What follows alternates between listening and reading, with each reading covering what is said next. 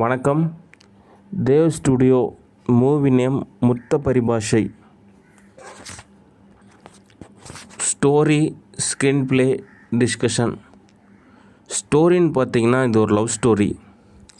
ஏன் மூவியோட டைட்டில் முத்த பரிபாஷை அப்படின்னா, முத்த பரிபாஷை, அதாவது ஒரு இனிமையான ஒரு உணர்வை முத்தத்தால் வெளிப்படுத்துகிற மாதிரியான ஒரு நிலை தான் முத்த பரிபாஷை அப்படிங்கிறதுக்கான அர்த்தம். ஓகே, அடுத்து திரைக்கதை அப்படின்றப்போ எப்படி எடுக்கிறோம் அப்படின்னா, இரு காதல் ஜோடி சங்கமிக்கிற ஒரு மைய நிலைப்பாடாக ஒரு திரைக்கதை. ஓகே, அதாவது ஹீரோவான அதர்வா தமிழ்நாட்டில் ஒரு நல்ல ஒரு பணக்கார குடும்பத்தில் வளர்ந்தவர். அதுக்கப்புறம் தொழிலெல்லாம் இருக்குது. சிங்கப்பூர், மலேசியா, ஸ்ரீலங்கா அப்படிலாம் ட்ராவல் பண்ணுறாரு. அதுக்கப்புறம் தன்னோட வாழ்வியலில் எல்லாமே ஓரளவு பூர்த்தியானதுக்கப்புறம் தொழில், கேஷ் அப்படின்றப்போ திருமணம் அப்படின்ற ஒரு விஷயம் அவருக்கு ஏற்படுது. அதனால் அரேஞ்ச் மேரேஜ் அவருக்கு ஒத்து வரல. அதனால் தனக்கான பெண்ணை அவர் தேடுறாரு அப்படின்ற மாதிரியான ஒரு திரைக்கதை. அந்த திரைக்கதையில் ஒரு ஷார்ட்ஸ் இருக்குது. அது ப்ரொபோசல் சென்டர் அப்படின்ற மாதிரி, எப்படி லவ் ப்ரொப்போஸ் பண்ணுறோம் அந்த மாதிரியான ஒரு மையம் இருக்கும். அந்த மையத்தில் ஒரு அலுவலகம் மாதிரி தான்.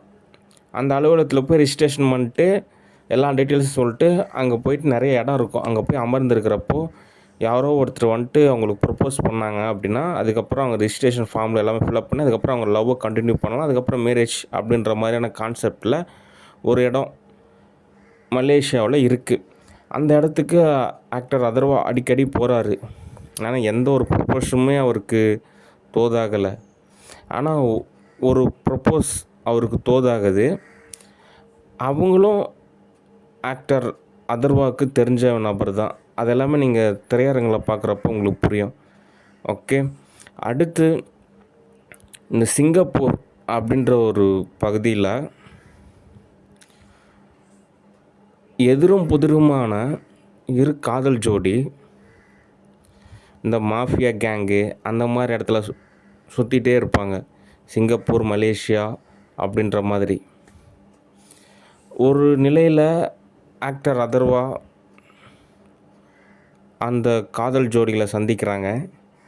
அதுக்கப்புறம் தேவும் அதர்வாவும் ஒரு நல்ல நண்பர்களாகவே இருக்கிறாங்க. அதுக்கப்புறம் சில விதமான நிலையிலிருந்து அவங்க எப்படி தப்பிச்சு மீண்டு வந்தாங்க. அதுக்கப்புறம் ஆக்டர் அதர்வாவுக்கு சரியான காதல் ஜோடி கிடைச்சதா, எதிரும் புதிருமான இருந்த காதல் ஜோடி அவங்க இணைஞ்சாங்களா அப்படின்றது தான் படத்தோட திரைக்கதை. ஓகே, இந்த படத்தில் ஒரு ஷார்ட்ஸ் இருக்குது. அது என்ன அப்படின்னா, சிங்கப்பூர் காதல் ஜோடி ஒரு நிலையில் தனிமையான ஒரு இடம், ஆக்ட்ரஸ் திரிஷா தேவ் அவங்கள மர்கையா பண்ணுறதுக்கான ஒரு சூழ்நிலையான ஒரு இடம். அப்படின்றப்போ தேவ் சொல்கிறாரு, நமக்கு இப்போது சில மணி நேரம் தான் டைம் இருக்குது, இந்த ப்ரெட்டை சாப்பிடு, அதுக்கப்புறம் நீ என்ன மர்கையா பண்ணாலும் அவ்வளவான நிலையில் உனக்கு குற்றம் ஒரு ஏற்படாது. உடனே ஆக்ட்ரஸ் சொல்கிறாங்க, அப்படிலாம் கிடையாது, யார் சொன்னால், நீயே இதை தான் நினச்சிக்கிறீங்க அப்படி. அதுக்கு ஆக்டர் சொல்கிறாரு, நீ எங்கேருந்து வந்த, இப்போ நீ என்ன நினைக்கிற, நீ எதுக்காக என்னை ஃபாலோ பண்ணுற, இப்போ இந்த நிகழ்வுக்கு அப்புறம் அடுத்து என்ன நிகழ்வு நடக்குது, இது எல்லாமே எனக்கு தெரியும். அதனால தான் உன்னோட ஒரு படி மேலையான நிலையில் நான் சம்பாதிக்கிறேன். ஆனால் நீ என்னை மறுக்கையா பண்ணுற அளவுக்கு நானும் அவ்வளோ ஒர்த்தும் கிடையாது. நானும் உன்ன மாதிரி தான். நீ தான் என்னை காப்பாற்றுவேன்னு நினச்சி நான் உன்கிட்ட சுற்றிட்டு இருந்தேன். கடைசியில் பார்த்தா நான் உன்னை காப்பாற்றுவேன்னு சொல்லிட்டு நீ நினச்சி சுற்றிட்டு இருந்த. ஆனால் இப்போ நம்ம 2 பேருக்குமே இப்போ லாக் ஆயிடுச்சு. அதனால் யதார்த்த ரீதியாக நமக்குள்ளே ஒரு சமரசம் அப்படின்றது தான் சரியான தீர்வு.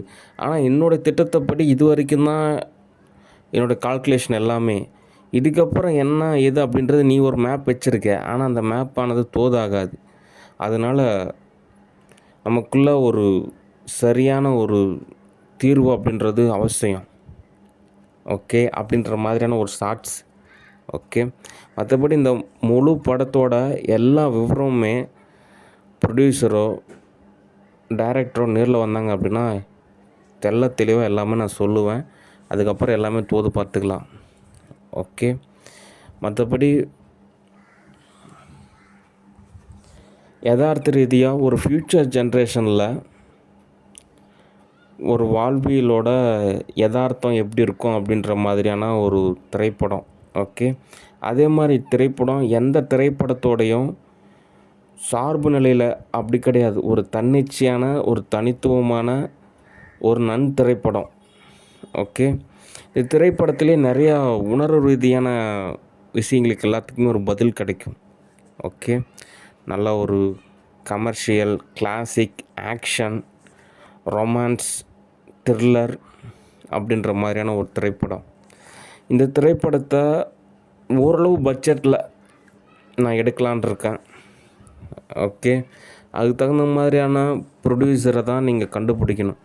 ஏன்னா ஒரு சில ப்ரொடியூசர் உடனே கேஷ் கொடுப்பாங்க. ஒரு சில ப்ரொடியூசர்லாம் ஆல்ரெடி நம்மளோட நிறையா மூவிஸ் வெயிட்டிங் லிஸ்ட்டில் இருக்கிற மாதிரி அந்த மாதிரி நிலைமை இருக்கிற மாதிரி இருக்கலாம். ஆனால் நீங்கள் நிறையா ப்ரொடியூசரை காண்டாக்ட் பண்ணலாம். யார் நமக்கு ஓகே சொல்கிறாங்களோ உடனே நம்ம படப்பிடிப்பு ஆரம்பிக்கலாம். ஓகே, மற்றபடி ஒரு யதார்த்தமான ஒரு அருமையான ஒரு வாழ்வியலோட இனிமையான ஒரு திரைப்படம். ஓகே, ரொம்ப ஒரு கூலான ஒரு திரைப்படம் மாதிரி இருக்கும். ஓகே, ஒரு திரைப்படம். எல்லோரும் தியேட்டரில் வந்து படம் பாருங்கள், அருமையாக இருக்கும். சரி, நன்றி, வணக்கம், பாய்.